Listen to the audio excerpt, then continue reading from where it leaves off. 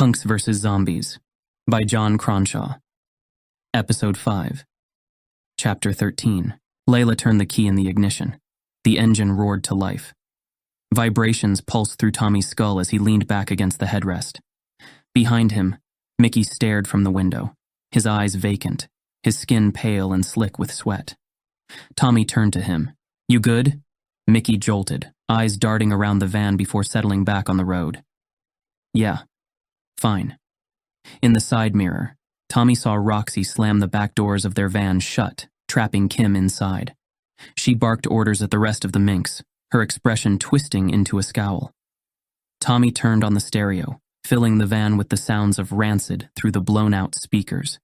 Mickey's fingers tapped against his thigh, still avoiding eye contact. Jimbo cracked open a can. "Road trip," Layla revved the engine once more. In the side mirror, the other vans started to move. Layla pulled onto the street, leading the way. The van's engine hummed under Layla's steady hand, the wheels eating up mile after mile of uncertain road. Tommy's fingers drummed on the dashboard.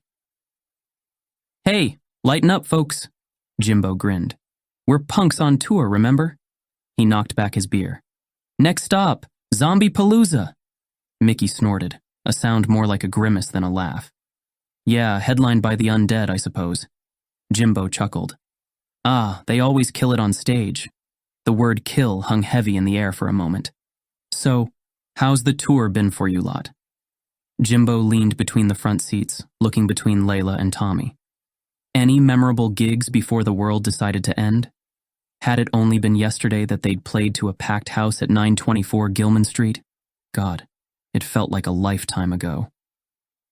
"We've played some decent venues," Tommy said. "Last single got us a lot of attention on some of the bigger sites. It's like people are starting to pay attention." "Enjoy it, dude. That first push is the best. We're about to record our third album." Jimbo sighed. Mind you, with the way things were going, it was a coin toss whether we'd make it through as a band. Mickey inclined his head. "Trouble at mill, huh?" Jimbo shrugged, his gaze fixed somewhere on the van's peeling ceiling liner. Let's just say creative differences had turned into creative warfare, almost made the actual apocalypse seem like a good team-building exercise. He threw himself back into his seat. "I don't want to keep doing retreads, you know? We need to rip it up, start again. Do what Fugazi did, really push the possibilities." Tommy raised an eyebrow. "So, you're bored of punk?" "I'm bored of stock punk. I'm bored of all these wannabes who fall into some nicely structured rebellion. They're conformists, dude. And they don't even see it. They think they're punk, but they're still dressing like it's 1977. Punk's supposed to be more than just a label, more than just a framework you can slot yourself into. It's about breaking down the walls." "So, what? You gonna start doing a post-punk thing or something? Throw in some jazz, a bit of beatboxing?" "Anything's better than rinse and repeat, you know," Layla sniffed. "And let me guess, Zero's not into that?" Jimbo shook his head. "I tried playing him some other music. Experimental stuff. Electronica. Shoegaze. Grime. It's like, if it's not punk or hardcore, he doesn't want to know. He calls himself a purist, but it's falling back on the same old, same old. So limiting." Layla nodded. "Well, if you survive this, you'll probably survive anything as a band." "Survive? I plan to thrive, dude." Jimbo drummed his fingers on the back of Tommy's seat. "First band to tour post-apocalypse? Imagine the cred. Could launch a new type of punk rock. Call it zombiecore." Tommy grinned. "Yeah, you could have some zombies growling on backing vocals." Jimbo chuckled. "Yeah, probably have to keep them on leashes, though. Oh, crap, our backing guy's just bitten another kid on the front row. Urgh." Jimbo's laughter filled the van, brightening the gloom if only for a moment. "They'd have to sign waivers to see us. That's real hardcore." Tommy nodded along to the music as the empty highway slid by. Abandoned cars lay scattered along the shoulders, some with doors ajar, others marred with dark stains. Mickey shifted in his seat, casting a glance Tommy's way. "So what's the plan, once we hit Lake Tahoe?" Tommy shrugged. "Regroup. Get supplies." "And then what? I don't know if you've noticed, but we're a long way from Philly. We need to take it one day at a time, man. We'll get there. We just need to keep focused on the now. A bitter laugh escaped Mickey. We're so screwed. Maybe, Tommy frowned. But we've got each other. We'll figure this out. Mickey shook his head, his gaze fixed on the road ahead. Tommy cranked up the volume, allowing Tim Armstrong's gritty vocals to drown out the uncertain future looming before them. He watched Mickey from the corner of his eye as they drove, taking in his twitchy movements. There was no doubt that withdrawal was hitting Mickey hard. Though he had his demons, he always came through for the band when it mattered. But if Mickey derailed now, they were all in trouble. Lila's phone rang and she pressed to answer. Yeah? Hey you. A gravelly voice came through the van's speakers. Layla smiled at Tommy. It's Dee. Damn right it's Dee. How you guys holding up in there? Oh, living the dream, as always. You know me, cool as a cucumber. Dee laughed. I'll believe that when I see it. We've got to do something to lighten the mood around here. I'm starting a game of I Spy. Roxy's already playing along. Sure, knock yourself out. All right, I spy with my little eye something beginning with S. Layla looked down at her hands. Steering wheel? Nope. Try again. Tommy smirked and scanned the area. Sky? Getting warmer, but no cigar. Mickey blinked and glanced around the van. Something. Dee burst out laughing over the speakers. That's almost too clever. But no, it's not something. I mean, it is something. But it's not the word something. So it is something? Mickey asked. Yeah, it's something, but it's not something. Layla snorted. I'm confused. Tommy glanced back at Mickey and grinned. We all are. All right, my turn, said Jimbo, leaning between the seats. Is it a sentient sausage? What? Layla almost swerved the van. Tommy chuckled. Jimbo, what kind of world do you live in, man? A world where sentient sausages could absolutely be a thing, given everything else that's going on. I mean, you're completely fine with zombies shambling among us, but the idea that a sausage might have an opinion about the drapes is somehow odd to you? Mickey laughed. I mean, Dee hasn't said it's not. It's not, Dee said, but his logic is flawless. Tommy gazed from the window. Is stereo? Nope. Layla sighed. Just tell us what it is, Dee. I'm bored now. A street lamp, Dee said. But I've got to say, the sentient sausage was a close second. Thanks for the distraction. Speak soon. Layla ended the call and Rancid came back through the speakers, the laughter subsiding as a blood-soaked zombie staggered into the road ahead. Layla slammed her foot on the brake pedal, the van screeching to a halt just inches from the thing. The zombie let out a guttural moan and lurched towards them, its fingers clawing at the windshield. Tommy grabbed his guitar from the back, shoved the door open, and leapt outside. He swung with all his might, bashing the zombie's head in with a sickening crunch. Dark blood and brain matter splattered across the asphalt. Layla jumped out and smashed the zombie off the road with her baseball bat. Tommy turned to Layla. You good? I'm good. Why aren't you using your bat? Tommy glanced down at his guitar and flicked gore off its body. I forgot. Old habits. She nodded, breathing hard. Barely scratched the paint at least. Lucky. Yeah, real lucky. He peered down the highway, spotting more zombies in the distance. They needed to get moving. Layla fired up the engine and Tommy hopped back inside, grabbing a rag to wipe his hands. Mickey groaned, pressing his forehead against the window. Wow, Jimbo said. You two make zombie slaying look like a punk show. Headbanging has never been so literal. Layla chuckled. You didn't fancy joining in the melee? Jimbo raised his eyebrows. You see, I was providing moral support. Very important, that is. Someone has to be the cheerleader, and I was waving my metaphorical pom-poms from the back seat. Tommy grinned. Pom-poms, huh? I didn't know you were so multi-talented. Maybe when this thing's over, we can have you as a dancer at Zombie-Palooza. Jimbo sucked his teeth. Don't underestimate the power of morale in the apocalypse. Also, someone had to keep an eye on Mickey here. Make sure he didn't make a meal for our dead friend. Mickey groaned. but managed a weak smile. "You're too kind," Jimbo nodded. "I'm selfless like that. You go out, smash some zombie skulls, and I make sure the home front is secure."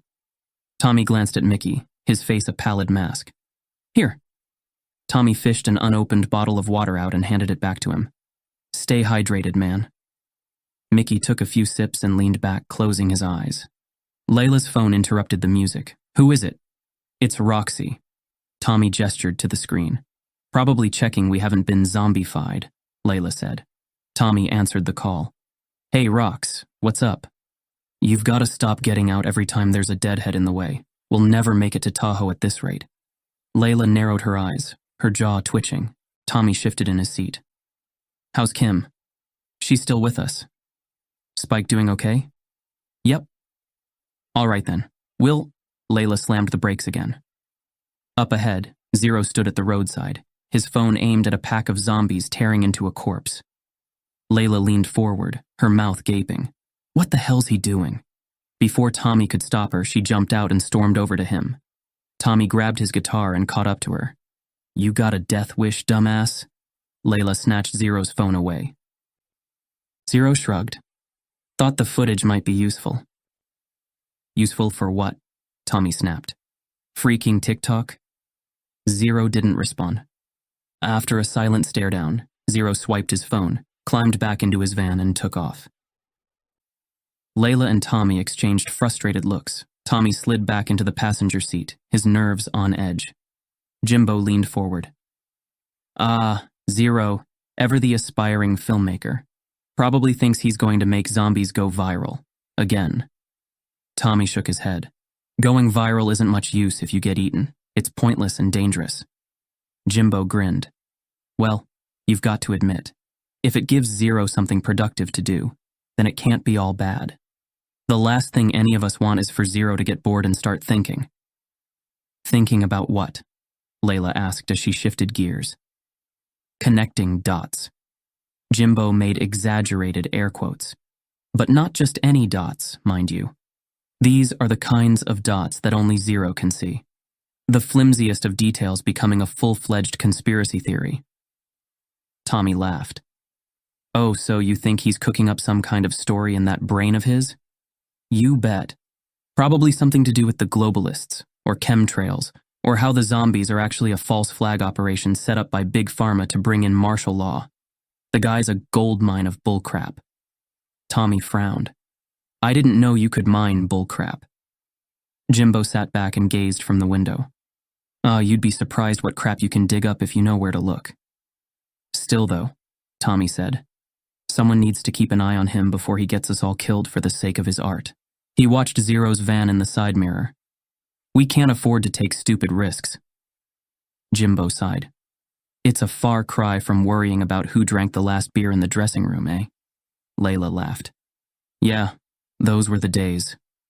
As they sped down the road, Tommy tried to call Neve, but couldn't connect to the network. Layla reached over and gave his hand a squeeze. "We're gonna make it." Tommy nodded. "I hope you're right."